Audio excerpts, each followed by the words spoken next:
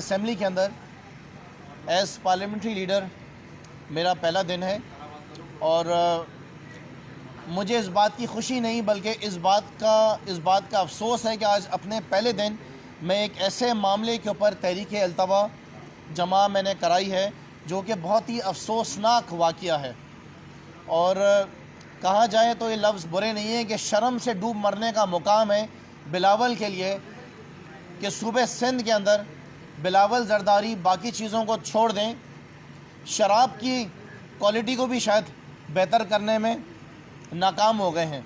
वैसे तो ये एक हराम आइटम है और हम तो चले हैं मदीना की रियासत बनाने के लिए, लेकिन सूबे सिंध के अंदर बिलावल ज़रदारी जो हैं वो शराब की फ़रोख्त को बेहतर से बेहतर करने में अपने चहीते मिनिस्टरों को शाबाशियाँ देते हैं।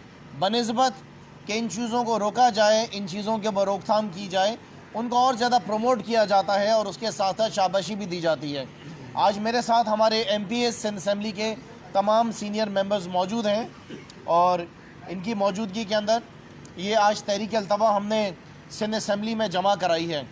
मामला जनाब कुछ ऐसा है कि बिलावल ज़रदारी को मैं बताना चाहूँगा, जो बिलावल ज़रदारी नेशनल असम्बली के अंदर चीख पुकार कर रहे हैं एक कुदरती आफात के ऊपर जो कि मरी में आई है, जिसकी वजह से बेशक मासूम लोग जो हैं उनकी जान चले गई है। लेकिन सिंध के अंदर जो है वो कुदरती कोई आफत नहीं आई है। सिंध के अंदर कोई कुदरती आफत नहीं आई है। सिंध के अंदर जहरीली शराब पीने से 10 लोग जो हैं वो हैदराबाद टंडो जाम में इंतकाल कर गए हैं जहरीली शराब पीने से।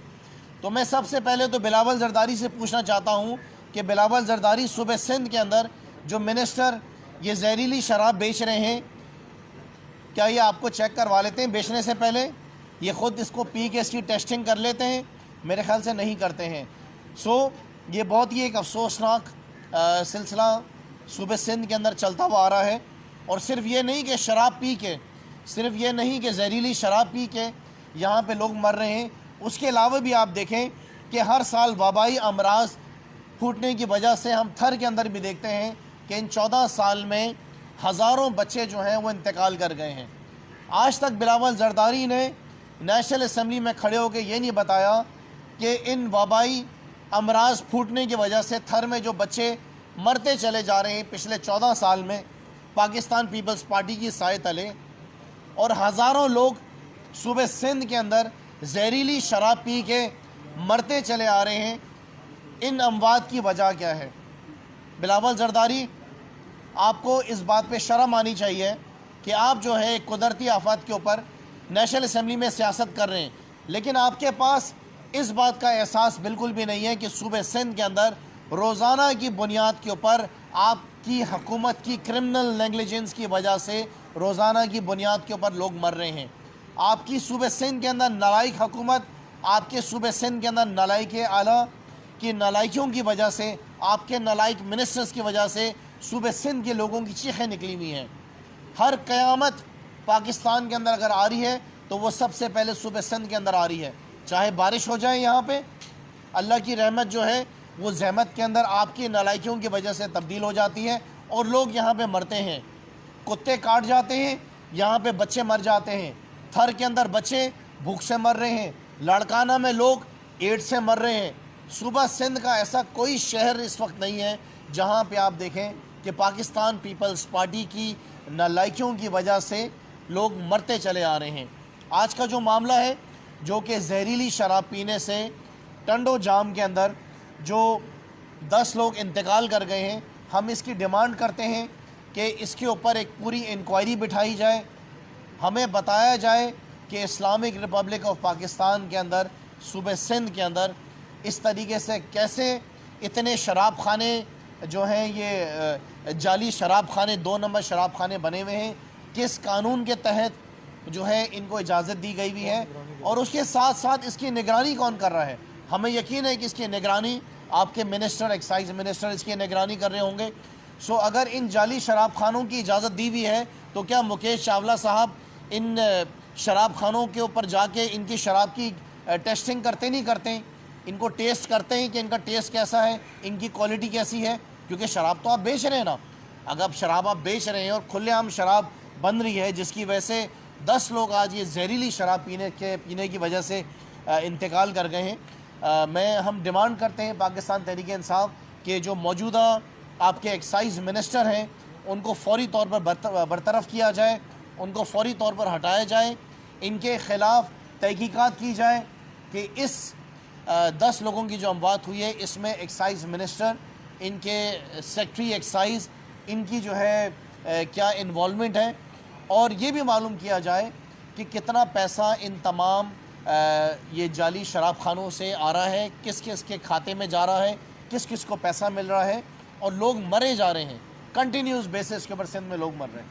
अच्छा, शराब तो एक गैर इस्लामी पहल भी है शराब पीना, तो क्या वफाकी सतह पे ऐसे इंतजाम क्यों नहीं किए जाते कि पूरे चारों सूबों के अंदर खासतौर पे जो शराब की दुकानें हैं और उनको चेक भी रखा जाए और इस तरह के वाक़यात से निपटने के लिए कोई सही तरह से कानून साजी भी की जाए? देखिए, मैं आपको बताऊं कि ये शराब का जो कारोबार है सूबे सिंध के अंदर एक बहुत बड़ा कारोबार है, ये छोटा कारोबार नहीं है।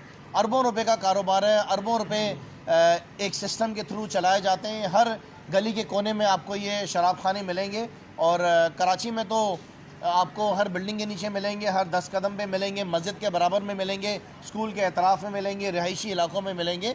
और जाहिर है कि एक ऐसे शख्स को आपने इस मिनिस्ट्री का मिनिस्टर बनाया हुआ है, मुझे नहीं पता किस वजूहत पे बनाया हुआ है, लेकिन सुना है कि सबसे ज़्यादा पैसा जो है वो यही मिनिस्ट्री इकट्ठा करके देती है, और बहुत सारी जिम्मेदारियां भी इनकी लगी हुई हैं। मैं समझता हूं कि ये शर्म से डूब मरने का मुकाम है हमारे लिए, और अगर इसके ऊपर खामोशी रख ली जाए और आवाज़ न उठाए तो बहुत ही अफसोसनाक बात होगी। मुराद अली शाह साहब, आपने कल इस्लामाबाद में ये कहा कि सूबे सिंध में लोग मर तो नहीं रहे हैं, तो मुराद अली शाह साहब, सूबे सिंध के अंदर 10 लोग जहरीली शराब पीने से मर गए हैं। आपको अगर थोड़ा सा भी एहसास है तो उसकी तहकीकात कराएं, और जब तक तहकीकात मुकम्मल नहीं हो जाती है आपके जो एक्साइज मिनिस्टर हैं उनको फौरी तौर पर अपनी पोजीशन से हटाएं और हमें बताएं असेंबली में आने वाले इजलास के अंदर कि कौन रिस्पॉन्सिबल है, आपने इनके खिलाफ क्या एक्शन उठाएं। शुक्रिया। ऐसा क्यों महसूस होता है कि जो बल्दियाती कानून है इसके खिलाफ जो आप लोगों की तहरीक है या एहतजाज है तो उस जोर का नहीं है जिस तरह होना चाहिए? जमात इस्लामी 13 दिन से बाहर बैठी हुई है, तो आप लोग क्या लाया वाले, क्या करने वाले हैं? देखिए, हम इस बात के ऊपर यकीन करते हैं कि हमने सिंध के लोगों के मसाइल हल करने हैं। हम सियासत करने के ऊपर यकीन नहीं करते हैं। कुछ सियासी जमातें सूबे सिंध की वो सिर्फ सियासत करना चाहते हैं। पिछले दिनों यही सियासी जमात एक बड़े बिल्डर के साथ भी बैठी हुई थी और कराची के शहरियों के कुछ मसाइल लेके उनके ज़मीनों के मामलात पे उन्होंने कुछ मीटिंग्स भी की थी। आज तक पता नहीं चला उसका क्या हुआ, क्या सेटिंग बनी। हम ये समझते हैं कि जो ये ऐवान है, जो सिंध असम्बली है, ये वो जगह है कि जहाँ पे आपने लोगों के मसाइल हल करने हैं, और उसके बाद जो दूसरा रास्ता है वो अदालतों का रास्ता है। पाकिस्तान तहरीक इंसाफ इस बल्दियाती बिल के ऊपर सिंध असम्बली के अंदर भी भरपूर आवाज़ आपके सामने उठा चुकी है, अपना केस लड़ चुकी है। उसके साथ साथ अदालत के अंदर भी हमारे 2 केसेस इसी से रिलेटेड जो हैं वो जमा हैं। मैं पूरा यकीन करता हूँ अपनी अदालतों के ऊपर, अपने चीफ जस्टिस ऑफ पाकिस्तान के ऊपर, कि जो केस हमने जमा कराया हुआ है आर्टिकल 140A के तहत, यहाँ तक कि हमारे वज़ीर आज़म के नाम से भी एक एप्लीकेशन जमा है, उसको वो बहुत जल्द देखेंगे, इस बात का एहसास करते हुए कि ये एक बड़ा दरीना मसला है सूबे सिंध का और इसको प्रायोरिटी बेसिस पे हल किया जाएगा। पिछले दिनों ये बात सामने आई कि बहुत सारे कैदी जो कि उम्र कैद के कैदी थे वो मुख्तलिफ अस्पतालों में मज़े कर रहे थे, इलाज है, खासतौर पर शाहरुख जदोई का मामला सामने आया, इसमें तरीके से क्या हुआ? देखिए, बड़ी हैरत की बात है कि कल ये सवाल जब वज़ीर आला से किया गया तो वज़ीर आला साहब ने फरमाया कि हाँ ठीक है, मैं देखूँगा इस मामले को और इन्वेस्टिगेशन भी कर रहा हूँ, लेकिन लोग मर तो नहीं रहे हैं सिंध में। यही मैं आपसे कहना चाह रहा था कि लोग तो मर रहे हैं सिंध के अंदर। वज़ीर आला साहब, मुराद अली शाह साहब, आप शायद किसी गहरी नींद के अंदर हैं। अगर आप कराची वापस आ गए हैं तो मालूमात करें, आपके साए तले रोज़ाना सुबह सिंध में लोग आपकी नालायकी की वजह से मर रहे हैं। शाहरुख जदोई जैसे और बहुत सारे लोग हैं जो कि कत्ल के केस में, बड़ी बड़े जो हैं करप्शन के केसेस में इन्वॉल्व हैं, उनको सज़ाएँ हुई हुई हैं। वो अपने घरों में रातें गुजारते हैं, वो अयाशियों में अपना वक्त गुजार रहे हैं। क्योंकि देखें, सूबे सिंध के अंदर मैं पाकिस्तान की कौम को बताना चाहूँगा, एक लफ्ज़ चलता है जिसका नाम है सिस्टम। सिस्टम चलता है सूबे सिंध में, और उस सिस्टम के ज़रिए जो है पूरा सूबा सिंध चलता है। बहुत सारे ऐसे कैदी हैं जो रातें अपने घरों में गुजारते हैं, जो रातें अपनी बहुत सारी अय्याशियों के अड्डों में गुजारते हैं, जिनकी रातें बड़ी रंगीन गुजरती हैं। और इस सूबे की जो हुकूमत है बहुत अच्छे तरीके से वो तमाम बातें जानती हैं, क्योंकि उनके पास सिस्टम के ज़रिए वो तमाम सहूलियात और तमाम वो वसाइल पहुँच जाते हैं जो निज़ाम इन्होंने बनाया हुआ है। सूबे सिंध के अंदर हुकूमत नहीं चलती है, सूबे सिंध के अंदर सिस्टम चलता हुआ है जो इनकी क़यादत ने बनाया हुआ है। अच्छा, ये शराब और शहद आपने मुहावरे सुने होंगे जी, ये भी सिंध के अंदर सुने गए काबिलियत भी सिंध हुकूमत की है। पर क्या कहते हैं? मैं आपसे बताऊं कि ये काबिलियत रखते हैं। आपको याद हो पिछले दिनों एक साहब जो हैं मिनिस्टर, वो चेयरमैन की शक्ल में बैठे हुए थे स्पीकर की चेयर के ऊपर, और उनसे भी मैंने कहा था कि आप लोग तो काबिलियत रखते हैं शराब को शहद में तब्दील करने में। सो देखिए, ये एक बड़ा टेस्ट केस है। मैं आखिर के अंदर जिन पे मुझे सबसे ज़्यादा भरोसा है अल्लाह के बाद, चीफ़ जस्टिस ऑफ पाकिस्तान, मैं चीफ़ जस्टिस ऑफ पाकिस्तान से हाथ जोड़ के जो है, जिस तरह मुराद अली शाह एक्टिंग वाली हाथ जोड़ते नहीं, मैं एक पाकिस्तानी होने की हैसियत से चीफ़ जस्टिस ऑफ पाकिस्तान से गुजारिश करता हूँ कि चीफ़ जस्टिस साहब, ये 10 लोग जो सूबे सिंध के अंदर जहरीली शराब पीने से इंतकाल कर गए हैं, इसका आप नोटिस लीजिए और ज़रूर मालूमात कराइए। आपको पता चलेगा कि यहाँ पर हो रहा क्या है, किस किस किस्म के सिस्टम यहाँ पे चीफ़ जस्टिस साहब चल रहे हैं। शुक्रिया।